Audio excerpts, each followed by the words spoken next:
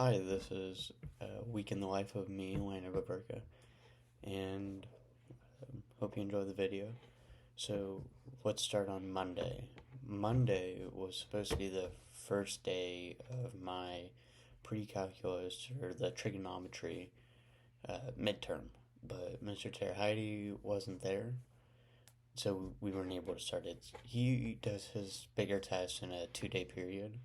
So the first day, you get a list of like 6 questions, and you choose four of them to do. He'll grade those four. Um, and then on the second day, you get 2 questions. You choose one of the questions, and you can do that. And then there's also a bonus question where you can earn up to 20 points. Other than that, nothing really went on. Um, then the same thing happened Tuesday. He wasn't there again. He had gotten sick. So we weren't able to start the midterm again, and nothing really happened on Tuesday. I had a dentist appointment on Tuesday. They said that I'm gonna have to get my wisdom teeth removed because one of them, it's this one I believe, is coming in at like an angle. So they say that instead of just getting the one removed now and then doing all the rest of them probably later, it'd be best just to get rid of them now. So I talked to my mom about that. Wednesday, Mr. Zarhadi was back, but instead of having us start the midterm, he gave us. He said that a lot of people were still a little concerned about stuff they had on their test, so he took the period, the day, to go over it and well, not over the midterm, but over some questions people had from like the homework or whatnot, which was really helpful because it helped. Yeah, it helped. And then Thursday we started the midterm, and I went into it. I was a little nervous, but after that I was pretty. I did it. It was not as hard as I thought it was gonna be, so that was pretty good. Um, Friday though, Friday was a little weird because I do cadet teaching, and usually I just go down to the classroom, just kind of help out with whatever Miss Backner, the teacher, needs. But Friday they all went on a field trip to this greenhouse called 50 East, and so all of the kids were actually in their flex class, which flex is basically it's kind of like a study hall, but the entire like sixth grade has it. Um, so that was interesting. I was only in there for a period, and then um, after that, nothing really happened. Uh, then I finished up the midterm, which the last question was, I was kind of freaking out on it a little bit, but then I finally realized what I needed to do, so that helped out. And at the beginning, I had drawn the unit circle, which is just something you can use in trig that really helps you out. It's basically like the basis for the entire math, I guess subunit.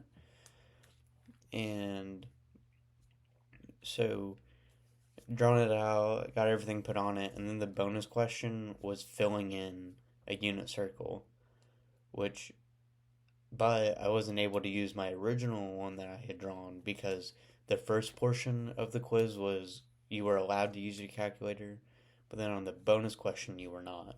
So I had to redo it, which that kind of sucked, but it's whatever. And then the rest of the day was kind of uneventful. Friday after school, I went and I hung out with my friend Daytona, and that was a lot of fun.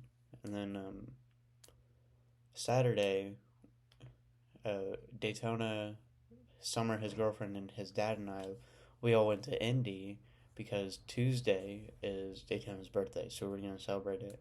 We went to this place called K1 Racing. It is a go kart place, and we did three races. I got third in each of them, so it wasn't too bad. But I had a lot of fun there, and Daytona had a lot of fun. Then after that, we went to this place in Indy. Well, it's not in Indy. They K1 Racing is in Fishers, and then Ford Garage, which is where we ate, is actually in Noblesville, but it's all basically the same thing. Uh, after the Ford Garage, it was actually some decent food. We I got the uh, blackened chicken mac and cheese. It was actually really good, but it's kind of like a garage aesthetic, kind of implied by the name. The silverware holders were shop towels, reusable shop towels, and then they had hose clamps around them to kind of keep it all together. So that was kind of cool.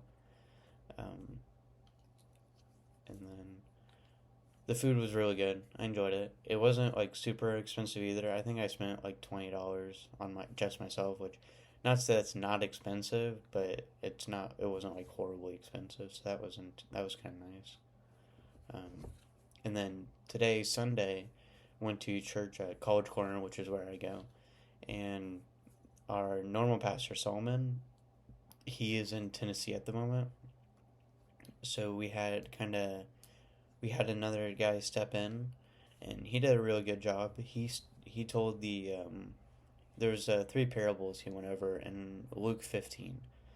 The first one was, and I'll give you like the shorter rundown of it. The first one, this guy had like a whole bunch of sheep, but he lost one. And when he finally found it, he threw like a big old party about it. And Jesus said, um, you know, basically everyone in heaven throws a party when one sinner, I guess, repents and goes to God. Then if, like 99 go to God that were holy. And then it was basically like the same kind of story, but this woman had lost like a coin, and then found it. She threw a big party. It was basically the same lesson. And then the final one was where it's called the lost son, and this one's a little bit longer, but I'll give you the shorter rundown of it.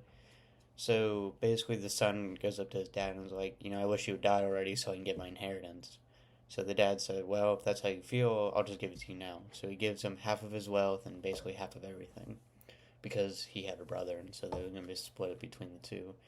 So the younger son, which is the one that said, I wish you were dead already, kind of went off into the country and blew through his inheritance and whatnot. And he ended up in like a pig farm, which he was Jewish, and the Jewish people aren't allowed to like touch pigs or anything like that. Or at least back then, at least. I don't know about now. But he ended up, was poor, broke, didn't have a home and anything. So he finally came up with the idea about how like his father's servants were treated better than how he was living now. So he was going to go there, see if he could basically become a servant for his dad.